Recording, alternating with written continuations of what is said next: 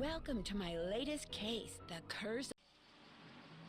Dear Ned, greetings from jolly old England. Although right now I'm not so sure about the jolly part. That's because I'm on my way to Blackmoor Manor, where the daughter of one of our neighbors is living. The daughter, whose name is Linda, recently married Hugh Penvellyn, a British diplomat. Hugh travels a lot, so the only people at the manor with Linda are Hugh's aunt, Mrs. Drake, and Hugh's 12-year-old daughter, Jane. The thing is, ever since Linda moved into the manor, her health has gone downhill. She's practically bedridden, and no one seems to know why. Her mother is convinced something is terribly wrong and wants me to find out what. So here I am, about to be dropped off at a huge centuries-old mansion in the middle of a dark, foggy moor. I can't tell whether the butterflies in my stomach are because I'm excited or just a tad creeped out. Talk to you soon. I hope. Nancy. Night, miss, and good luck.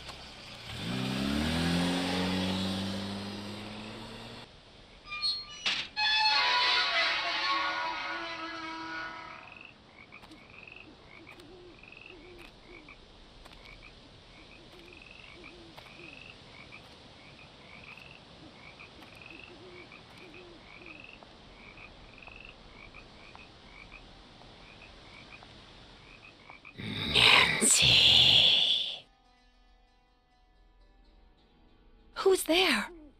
Hello?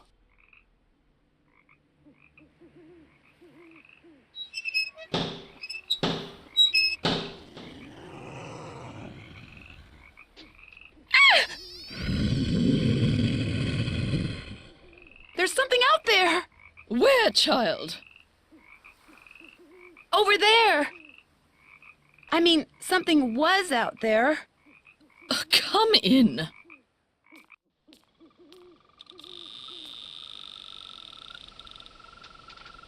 I'm Mrs. Drake. I take it you are Nancy Drew? Yes, and I really did see something, Mrs. Drake. I heard something, too. Oh, people are always seeing and hearing things on the moor at night, especially you Americans. Why don't you just go on up to your room? It's the one with the moon on the door. I'd like to see Linda, if I could. I'm afraid Linda is, not quite ready to meet with you just now. But please, come see me after you've unpacked. I'll be in the conservatory. All right, thank you.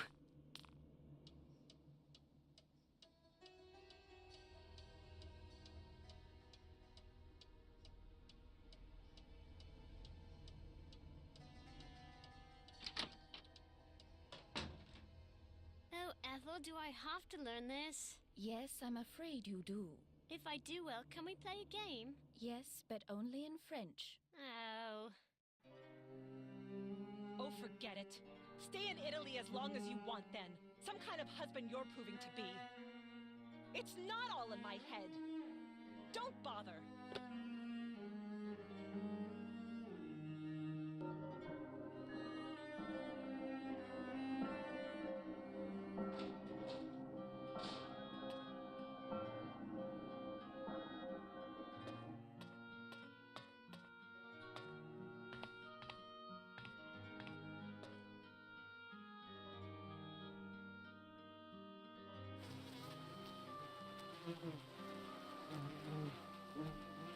All settled in? Good. I'm happy that you're visiting Linda, but I know how much you teenagers like your televisions and loud stereos, so I must insist that you act respectfully and civilly while you stay with us. Since my nephew Hugh is away on business, I am in charge of this household, and if there's one thing I cannot stand, it's noise. Hugh's daughter Jane is staying with us and would very much like to meet you, but please try not to distract her. She has her studies and mustn't be disturbed during her lessons. Is anyone else staying here? We do not have any permanent house staff, if that's what you mean. The Penvellans have always been self-reliant. We get on quite well without being continuously mollycoddled by a squadron of insipid, gossiping ne'er-do-wells. Now, we do have two other house guests, a Mr. Nigel Mukherjee, who is researching the Penvellan family history in the library, and Ethel Bossany, Jane's tutor. Do you know what's wrong with Linda? Oh, Linda simply needs some time to adjust to her new living situation. England is not the United States. We do things differently. or should I say properly, here. The doctor believes it's just a case of nerves. Is that what you believe? I don't know, and the doctors don't know. No one seems to know anything. All I've been told is that Linda is unwell and that in her stead, I must look after matters. Now, please, I really do not have time to entertain you. You may have the run of the house, but do not break anything, and refrain from mucking about with items that aren't yours. 2 rules Jane seems incapable of following. And before I forget, our kitchen is being remodeled, so our dining situation is rather unorthodox. I've made arrangements with a local restaurant to deliver meals to us. There should be a programmed number for them on the phone in your room. Feel free to order whatever you'd like. I'm concerned about that thing I saw outside. It was purely your imagination, unless you saw a stray dog. But I will not countenance any histrionics about this issue. We have enough to worry about with Linda. And please do not get any ideas about going outside to investigate. I do not want you tracking mud all over this house. Goodbye. The pleasure is all mine, child. Who's hungry? Who's ready for some nummies? Did you say something, Mrs. Drake? Not to you, dear.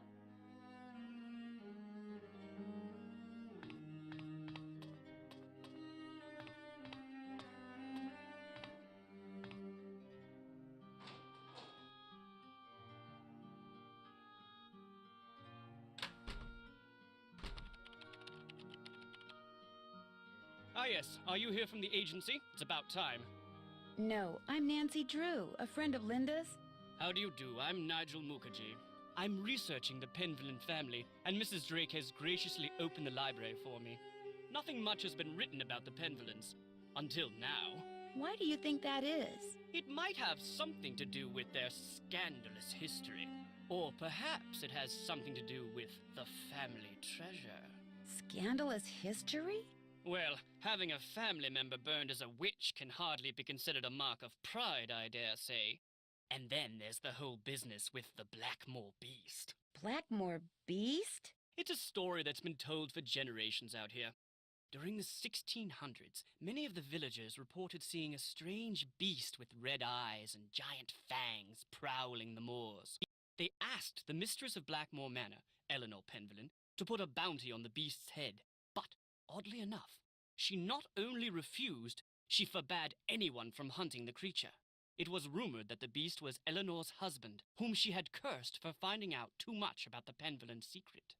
When I was walking up to the house, I saw something with red eyes that called out to me. Really? How extraordinary. Are you sure it wasn't just jet lag? Positive, and I heard it make this kind of growling sound. Perhaps it was the cursed husband of Eleanor Penvillen, prowling about the moors in search of lost Yanks. Who's Eleanor Penvillen? Eleanor Penvillen, tried and convicted of witchcraft in 1650, quite the height of the witch trials here in Essex. It was rumored that Cromwell arranged the conviction. But she wasn't actually a witch? Who knows? Lady Penvillen was a rather vocal critic of Cromwell's policies and helped many of his enemies flee the country. Whether she actually was a practitioner of witchcraft is unknown, although many visitors to the manor during her tenure reported hearing strange, ghostly bells. Some even saw phantom hands floating about the manor, tolling their charmed chimes. Tell me about the Penvillen family treasure. For centuries, the Penvillens have been very secretive. Some believe they're protectors of a fabulous treasure, or of some dark secret. Who are all those paintings of in the Great Hall? Those are the Penvillens who owned Blackmoor Manor at one time or another. I'll let you get back to your work. Farewell.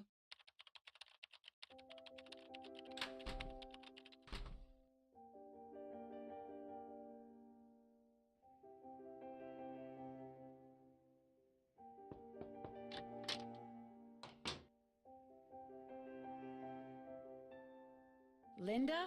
Hi, it's me, Nancy Drew. Nancy Drew, our friendly neighborhood detective. Well, welcome to Blackmoor Manor. I apologize for greeting you under such unusual circumstances. So, how are you feeling? How am I feeling? Well, I feel like... I feel like something really strange is happening. Could you be more specific? Could I be more specific? Ah, the ace detective is grilling me for details. I'm tired all the time, my mouth is dry, my vision is blurry, but that's not important. Here's what's important, Nancy. There are some doors that should never be opened. There are some doors that hold secrets which must never be known. That's everything you need to know. Now if... Mummy, can I come in? No, you're supposed to be in your lessons. Lessons are over. I want to meet Nancy. I said no, Jane. Okay. That was my stepdaughter. She can be such a pest sometimes. Anyway, I understand you feel an obligation to my mother, but trust me, there's nothing you can do. You're welcome to stay, but I strongly recommend that you go home as soon as possible. Please, Linda, just tell me what's wrong. Linda? Okay, I'll let you rest. But I'll be back. I'm here for you if you need me.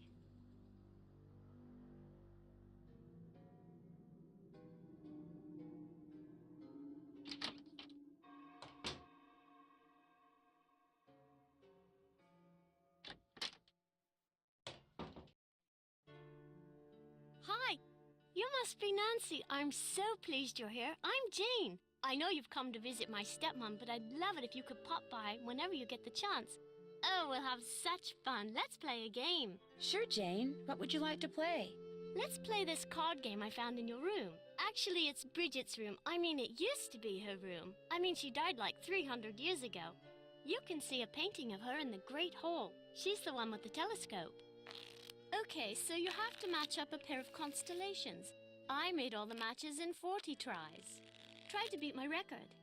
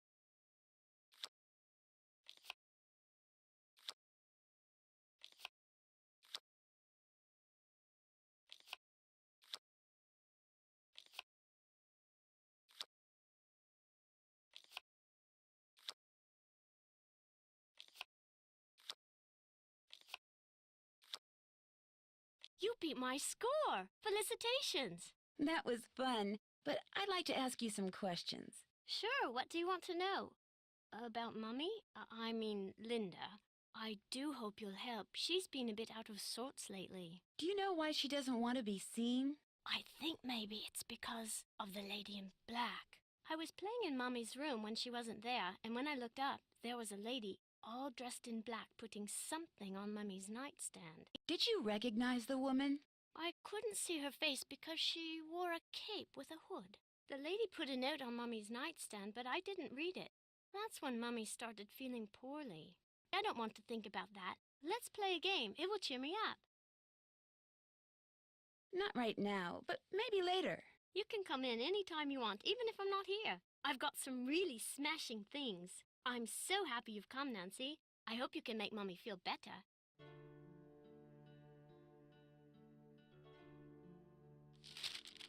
That's my family tree. Ask me anything about anyone. Go on, ask me.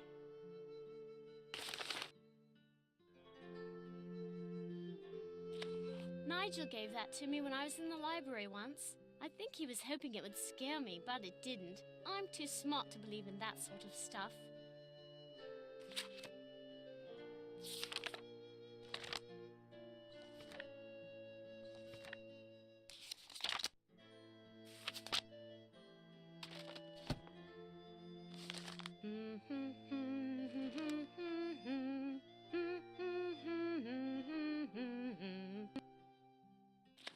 What is this book? Don't know, really. Ethel gave it to me. She said it belonged to my grandfather. Do you think Brady Armstrong is cute?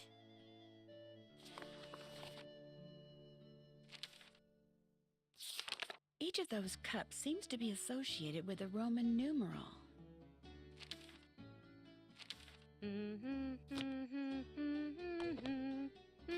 Who's this? That's my mum, my real mum. She's an opera singer. It's not like she's famous or anything, but she does live in Paris.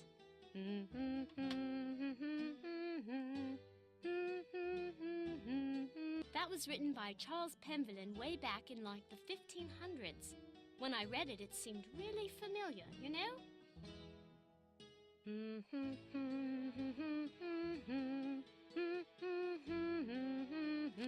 Looks like you're learning some interesting stuff. Bet you wouldn't say that if you were the one who had to learn it. You had a guinea pig? Yes, but it died. When? I don't know. I'd really rather not think about it, all right? I totally love that show. Isn't Brady Armstrong so dreamy? Total hottie.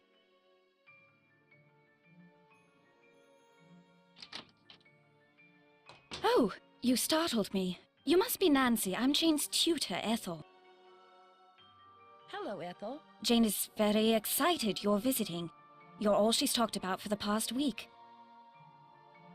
I saw Jane's lesson schedule. That's quite an unusual list of subjects. Yes, well, I'm sorry, but I'm in a bit of a rush. I need to go over some things with Jane.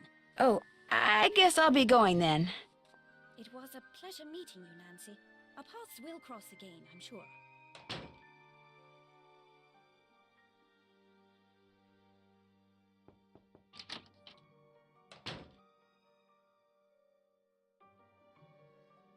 I'm sorry to bother you again, but Jane told me about the lady in black. What lady in black? Jane never said anything to me about a lady in black. That kid is so weird. I just don't get her. She seems very concerned about you. Yes, I know. I just don't know how to be a stepmother to her. She's just so strange. Look, just forget about me. You can't help me, and that's that. I'm sorry. Linda, you have to give me a chance. Everyone is so worried about you. If you just tell me what's happened, maybe I could help.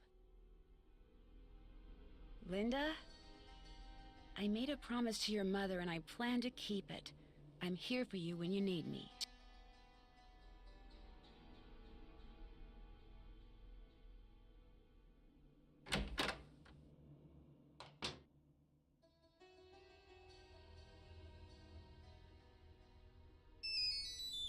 There goes my cell phone. Hello? Hi, Nancy. It's Mrs. Petroff. How is everything? Have you seen Linda yet? Literally speaking, no, but I did talk to her. Not that she told me anything. I'm just about at my wit's end. I've never known her to act like this. The last doctor that examined her said that aside from a little dry skin, which is not unusual for her, she was perfectly fine. Why is she hiding behind that curtain? I have no idea. When I was out there last week, I got fed up and pulled the curtain back. She threw a fit, but otherwise she looked absolutely normal. A little pale, perhaps, but who wouldn't be pale, cooped up like that? Something has changed her. Something in that house. Hugh is just as bewildered and upset by her behavior as I am. Please get to the bottom of this, Nancy. You're our last hope. Where is Hugh? He was called to Rome. As a diplomat, he's always being called out of the country without warning and without any say in the matter. He'd much rather be there with Linda, although... Although what? It's just that Hugh said it hasn't been very easy for him to talk to her lately. Whenever he calls, which is at least once a day, Linda always seems to fly off the handle for no reason, which doesn't make sense. Linda has always been extremely level-headed and even-tempered. She never gets angry. At least she didn't used to. Who exactly is Mrs. Drake? She's Hugh's aunt. She's taken care of Blackmoor Manor ever since her brother died. He was Hugh's father. She's a bit of a character. I noticed. The way she spends all her time in that conservatory, slouching around, trowel in hand, murmuring to herself. You'd think she was burying something. Or somebody. Goodbye, Mrs. Petroff. Goodbye, Nancy. Oh, one more thing. My niece is on call and her husband's out of town, and I told her I'd go over there and babysit if she had to work. So if you call and I don't answer, that's why. Bye.